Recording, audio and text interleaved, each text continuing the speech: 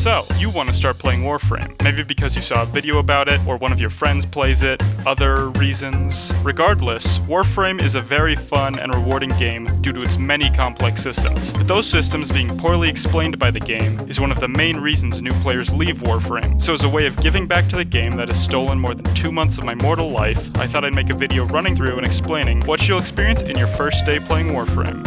First up is the introduction cutscene, which shows you the Lotus, your space mom, and the Grineer. You can tell are the bad guys because they're ugly and they don't use words to solve their problems. You are one of the Tenno, robo-ninjas who come from a technologically advanced society from several centuries ago, because apparently tech innovation really did stop after the Grush. Big bad guy wants your robobot so he can make a killer protein shake or something. Now comes where you select your starting character, also known as your Warframe. You suck. Each of the 3 Warframes has a distinct theme, that being swords, electricity, and magnets.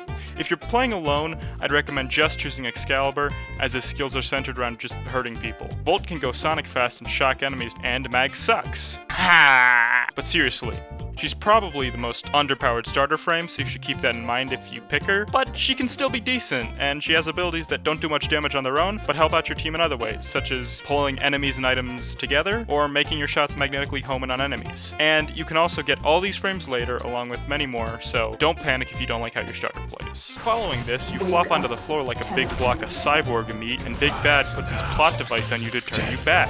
But since Space Mom is good, she uses her good powers to stop you from being bad. And now you're in. Also, you're good. This seems like a good enough time to talk about combat and what's at your disposal. Your Warframe abilities are the first things introduced to you, and these are what make Warframes unique, other than just HP and armor values. Abilities can consist of damaging enemies, healing or buffing yourself and allies, and utility, like movement. And they usually do several of these things at once, like how Excalibur slash dash lets them both slash and dash. Abilities are both unlocked and upgraded when your Warframe reaches specific levels, and they have several aspects which can be altered with mods, but we'll talk about mods later. Just using your first ability to kill enemies gets boring fast. The game knows this too, and you'll immediately find your first melee weapon just lying around, casually on display. The staff and the sword are pretty equal in stats, and you can pick both of them up for cheap at a shop later, so choose either one depending on your personal preference. Next up, you choose your sidearm. While both of them are equally meh, you can pick the throwing knives if you want to be a sneaky boy, and the pistol if you want to actually do damage to people. Good. After getting lasered, you get to the section that introduces Parkour, which is one of the main draws of Warframe. Parkour movement is very freeform, with the core of your mobility stemming from the bullet jump, which activates while you jump while crouching or sliding. There are gameplay tutorials in the codex on your ship that you can use to practice these moves later if you feel the need to. As a reward for the difficult task of jumping, you're then awarded your primary weapon. Either of these are good, depending on whether you like assault rifles or bows. Now you just have to hack a console, defend your ship, and you finish the first mission. Your reward is an empty ship with no working systems. But before you go, make sure to break all the resource containers in the immediate area and grab all the red rock candy and gray bricks you can find. The enemy won't be needing them anymore, and somehow you'll be able to turn all these rocks into technologically advanced weapons and gear in the future.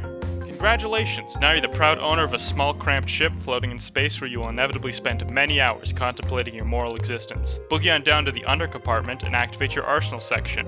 Now you can apply a variety of skins and colors to your Warframe and weapons to show off your own personal style. But that takes platinum, a premium currency which you can earn later, but not right now. So settle for painting your equipment basic colors before boogieing back on up to your navigation console to start the next mission. Next is a spy mission, where you have to sneak into a vault to nab what's inside. You don't have to worry about being sneaky outside the vaults, but once you get in, enemies that hear or see you will set up an alarm, which will then trigger a countdown to whatever it is in the vault becoming inaccessible to you. You also need to keep from being detected by security cameras and laser. Once you've gotten inside the vault, solve another high-security hologram pie and get out. Again, making sure to treat yourself to the resources that used to belong to those soldiers you murdered, you economically savvy monster. Hey look, you just got a mod. We'll talk about those later once you get the modding system for your ship up and running. Now you've got your in-game shop working. In the shop you can both spend platinum to get weapons and warframes instantly, or use the credits you've gathered to buy their blueprints and build them in your foundry later. Some blueprints are acquired from clan research, meaning you'll have to join a clan to get them, which can be super easy or incredibly difficult depending on your social confidence. Alright, next mission. You gotta bust your buddy out of prison. Sneak in, get him out of his cell, and take him to the extraction point. Easy. Now you can mod your equipment, which is probably one of the most complex systems in the game. So, I'll just try to explain the basics. Alright, I'm gonna try and knock this all out in one take. Mods have effects that they give to whatever they're equipped on, that being weapons and warframes. Most mods amplify stats, while others have more unique effects. Each weapon and warframe has a mod capacity which increases with that item's level. Mods subtract from this capacity by the number in their upper right corner. You can apply an Orkin Catalyst or Reactor to weapons and warframes respectively, which will double their mod capacity. When modding, you'll notice both your mod cards and the slots they go in have symbols in the upper right corner. If you match a slot symbol with that of a mod, the mod's drain on your capacity is halved. If you put a mod in a slot with no symbol, it takes up the normal capacity. Mismatching symbols increases the mod's effective drain, so don't do that. You can use a resource called Forma to add or change these symbols, or polarities as they're called officially, but it requires the item to be max level and it will reset it to level 0. Mods can be upgraded by using a resource called Endo, which increases their effects while also increasing their drain. Warframes and melee weapons have this unique slot here, in which you can use a mod that will actually increase their capacity. Aura mods for warframes and stance mods for melees. Auras provide passive effects to you and all your teammates, while stances change how you use a melee weapon. Polarity rules apply with these two, so try and match the symbols. Do another mission, and now you've got your foundry. You'll use this to build everything you're ever going to use, so it's best to understand how it works. After either buying or finding blueprints, they will all show up in the foundry, and the game will show you what resources you need to build them. There's also an amount of credits needed to build an item, usually equivalent to that item's blueprint price in the shop. Build times can vary from a few seconds for consumables to 3 days for a full warframe. Most items and weapons take around 12 hours or so. The final step in the arduous journey that is the tutorial is at hand. You'll need to head back to Big Bad's lair and mess him up, since a lot of plot's been happening while I've been talking about mods. After that, you're done with the tutorial, the star chart opens up to you, and you're free to move forward at your own pace.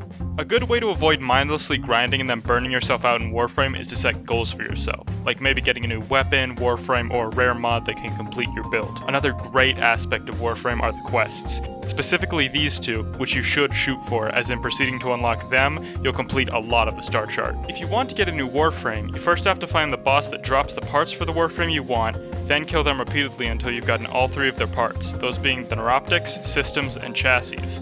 After building those parts in your foundry, you can buy the blueprint for the full Warframe in the shop, which uses the completed parts you just built as ingredients. Then you can build the full Warframe. However, there are some Warframes that don't drop from bosses, so it's best to do your own research to find out how to get the frame you want. Some of my personal recommendations for Warframes that you can shoot for early are these guys. My final piece of advice for you as a new player is to go to the shop and pick up the Strun, which is one of the only weapons where you can buy it for just credits. It does great damage against low level enemies and can even do decent against higher level enemies if it has some good mods installed. Other than that, there's not much more I can do as a direct guide. Warframe is a very open and freeform game that you will most likely move through at your own pace. There are many other things that you can find out about in the game, like primes, arcanes, open world environments, but I can't possibly explain them all in chronological order, as everyone will experience them differently. If you're curious about something, you can consult the Warframe wiki, other videos, even other players will most likely give you the time of day. It's a big universe out there, Tenno. Have fun.